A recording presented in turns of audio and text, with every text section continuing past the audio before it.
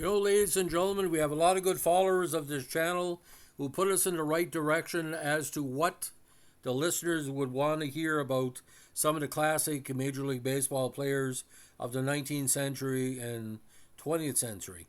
Now, our good follower, Ryan Thompson, the guru of the channel when it comes to the National League of the late 19th century, early 20th century, made a suggestion this week, and I tend to agree. I'm sorry we never did it before. If you win 53 games in a season and this channel doesn't cover it, we must be either lazy or forgetful. So today we're talking about the great John Clarkson. Now, born in Cambridge on Canada Day, 1861, where there was no Canada or no Canada Day. He was American League Baseball right-handed pitcher. Now, he took the mound from 82 to 94. He played for the Worcester Ruby Legs, Chicago White Stockings, Boston Bean Eaters, and Cleveland Spiders. Now, he pitched the first known immaculate inning in MLB history on June 4th, 89, via against the Philadelphia Quakers in the third inning. Now, he was elected to the Baseball Hall of Fame in 1963, 54 years after his passing in 1909. So, like I said, well remembered. Now, his death in Belmont, Massachusetts on February 4th, 2009 made national headlines because at the time he won the most recognized pitchers in National League history. He compiled a career 328-178 record, placing him 12th on the MLB list of all-time victories. Clarkson pitched over 600 innings in a season twice and won a career-high 53 games in 1885. In MLB history, only Charles Radbourn has won more games in a single season. Of course, he had 59 in 1884. In just 5 seasons from 85 to 89, he won 209 contests. Now, he had a wide variety of curveballs and was considered to be a calculating, scientific pitcher who carefully analyzed every hitter's weaknesses, sort of a combination of Tiant, Gibson, and Catfish. Now, Hall of Fame hitter Sam Townsend said of Clarkson, "I faced him in scores of games, and I could truthfully say that never in all that time did I get a pitch that came where I expected it or in the way in which I guessed it was coming." At the time Clarkson retired from the game, he was the winningest pitcher in NL history. Aside from being a great pitcher, he was also a fair hitter. His 24 career home runs ranked 7th on the list of Major League Baseball all-time leaders in home runs by pitchers. He had a career average around 220, and he also had 232 career RBIs and 254 runs scored. Now, Total Baseball ranks Clarkson as the 4th best pitcher of all time between Hall of Famer Cy Young, Christy Mathewson, and Lefty Grove, though Bill James ranks him lower at number 42 in his new Bill James Historical Baseball Abstract. Of course, Bill James got his head up his arse. Now, Clark's election to Baseball Hall of Fame, again with 63, was by the Veterans Committee. Now, he was one of 5 sons of a very well-known and prosperous jeweler. Clarkson had 2 brothers who were also Major League pitchers, Dad Clarkson and Walter Clarkson. The 3 Clarkson brothers ranked 3rd in wins by brothers, behind the Necro and Perry brothers. Another brother, T. Henry Clarkson, played golf and was an avid billiards player. The Clarksons all had 2 maternal cousins, Walter Hackett and Mortimer Mert Hackett, who played pro ball. Now, after attending business school and playing semi-pro, he signed as a free agent with Worcester in 1882, which Worcester was part of the National League.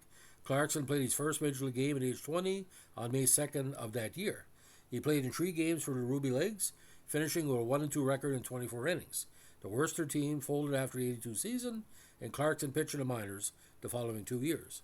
Now, when Chicago manager Cap Anson saw Clarkson pitching for Saginaw in the Northwest League in 1884, he was very impressed.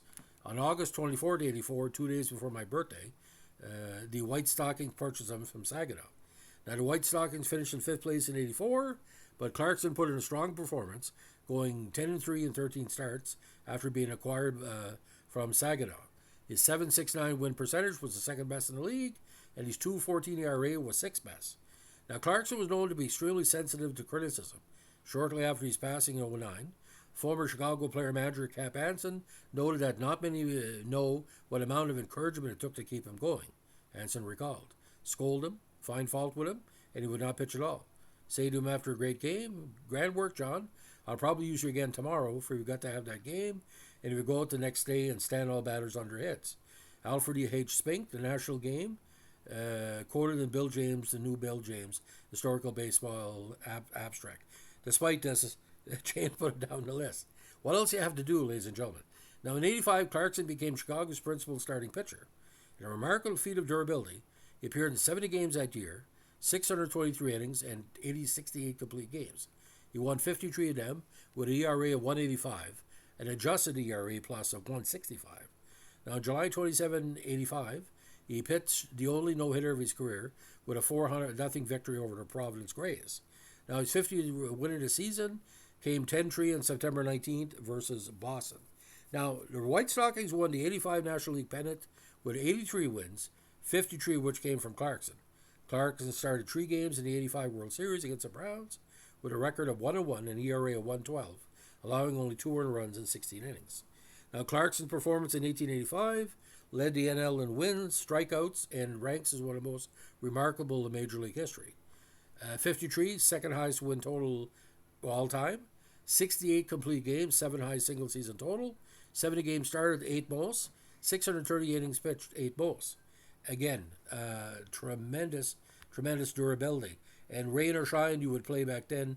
And this was, again, an era where baseball was not only king, it was growing in popularity, helped to build that. Now, in 1886, he shared a pitching load with Jim McCormick and Jocko Flynn, each of whom won at least 23 games and pitched over 250 innings. Clarkson won 36-17, 50 complete games, an ERA of 2.41, the ERA plus of 150, and 466 and 2/3 innings pitched. He also led the league with a career-high 313 strikeouts. On August 8, 1886, he struck out a team record 16 against KC. Now, the '86 White Stockings finished with a record of 90-34, with a winning percentage of .726 that ranks as one of the highest in baseball history. After winning the NL pennant by only 2.5 games over Detroit Wolverines, the White Sox faced the Browns in the World Series for the second consecutive year. He pitched 4 games in the World Series, 3 complete, going 2-2 with 28 strikeouts and a 2.04 ERA and 31 innings pitched. The 6th game, again, was considered at the time one of the greatest games ever played. With the Browns ahead 3-2. Anson called on Clarkson to start his 4th game in 6 days. Clarkson responded with 7 shutout innings, but he gave up 3 runs in the 8th, just like Bob Gibson in '68, and the game went extra innings. At the bottom of the 10th, the Browns center fielder Kurt Welch singled, only the 4th hit off Clarkson, and moved to third in a sacrifice. Welch and Browns third base coach Arlie Latham tried to distract Clarkson with heckling and faking moves towards home when Welch finally attempted to steal. Chicago's catcher King Kelly had called for a pitch out, but Clarkson was disturbed and threw a wild pitch, and Welch scored the World Series winning run. Now, in 1887, he won 38-21 for Chicago with 56 complete games and a 3.08 ERA. However, Kelly was sold to Boston before the season began, and the team began to decline, dropping to 3rd in '87. Clarkson, always a touchy temperament, reportedly became more difficult to handle after Kelly's departure. Now, in April 1888, the White Stockings sold Clarkson to the Mutineers for $10,000, which was a huge sum at the time. Clarkson followed teammate Kelly, who had been sold from Chicago to Boston the previous year at the same price. The two became known as the $20,000 battery. Now, his 5 seasons with Boston were probably the most consistent period of his career, although not the same amount of victories. He was 33-20 in '88, starting 54 games and pitching 53 complete games with an ERA of 2.76. '89, again comparable to his big year, he went at a career-high 72 games and 49-19 with 68 complete, 284 strikeouts and a 2.73 ERA in 620 innings. Now, while Clarkson's '89 numbers are comparable to those he posted in '85, the game and distances played had changed, and no other pitcher pitched nearly as many games as innings as Clarkson in '89. As a measure of his dominance, Clarkson's 49 wins were 11 more than any other pitcher. His 620 innings were 200 more than any other pitcher, and his 68 complete games were 22 more than any other hurler. He also had twice as many shutouts as the next best moundsman. He was only the 4th pitcher to win the Triple Crown of the mound by leading the National League in wins, ERA, and strikeouts. Now, on June 4, '89, he became the first pitcher in Major League history to throw an immaculate inning, striking out all 3 batters on a total of 9 pitches in the 3rd inning of a 4-2 win over the Philadelphia Quakers. Now, the player rebellion year of 1890, He was part of it, but he opted to remain with the Bean Eaters. In 91, he led the Bean Eaters to the NL pennant with a 33-19 record, 47 complete games, and 460 and two-thirds innings pitched. Now, during a game that carried to the dusk hours, he once pitched a lemon to the plate to persuade the umpire, Jack Kearns, to call the game due to darkness. Kearns called a lemon a strike, and when shown by Boston's catcher that he called a lemon a strike, Kearns finally called the game. Now, on June 30th, 1892, after 16 starts and an 86 record, he was released by Boston's new manager, Frank Seeley. He was signed as a free agent by the Spiders. In Cleveland, he went 17-10 for the remainder of the 1982 season for a season record of 25-16. The Spiders' pitching staff included Cy Young, who won 36 games in 92 and 34 games in 93. In 93, he had his first losing record of his career, finishing 16-17 with an ERA of 4.45. Now, after 93, he went on a hunting trip with his close friend Charlie Bennett, who had been his catcher from 88 to 90. Bennett got off the train in Wellsville, Kansas, and when he tried to reboard, Bennett slipped and fell under the train's wheels. Bennett lost both of his legs in the accident. Clarkson unfortunately witnessed the incident, and it was said to have been severely affected his already unstable nature. And some people say he was suffering what we consider now as PTSD. We don't really know why, but he was highly sensitive to anything he saw. Now, in 94, his final year in the major leagues, he went 8-10 and 18 starts for the Spiders and played his last major league game on July 12, 94. Now, after his career, he moved to Bay City, Michigan, and ran a cigar store there until 1906. In either 06 or 05 or 06, Clarkson, the mental illness caught up with him. He suffered a breakdown, was declared insane, and was committed to an asylum. He spent much of his next 3 years in mental hospitals. Now, during a visit with family in 1909, he fell tremendously ill and was admitted to McLean Hospital in Belmont, Massachusetts, a well-known psychiatric clinic. He died there of pneumonia on February 4th, 1909, at the young age of 47.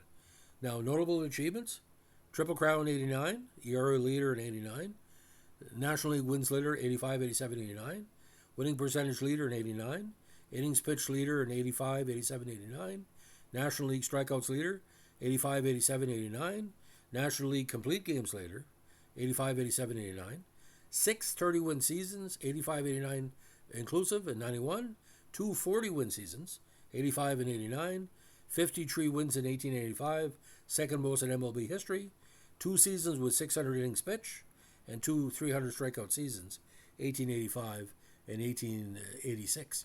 Now, the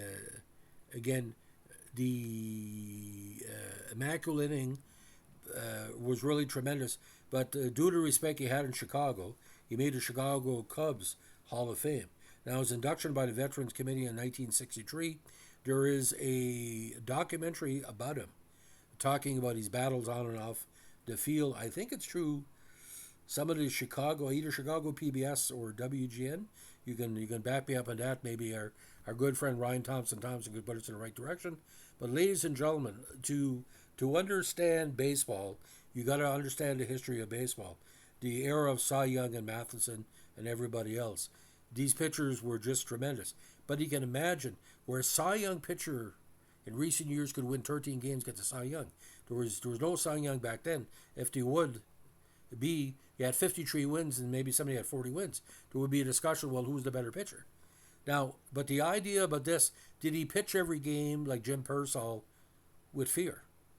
I wasn't there, but like I said, there's no video of him because there was no video back then. But I'd like to see why Bill James put him that low. And like I said, I respect James. He's like me. He's an historian of the game. But the statistics don't lie. Okay, give an example.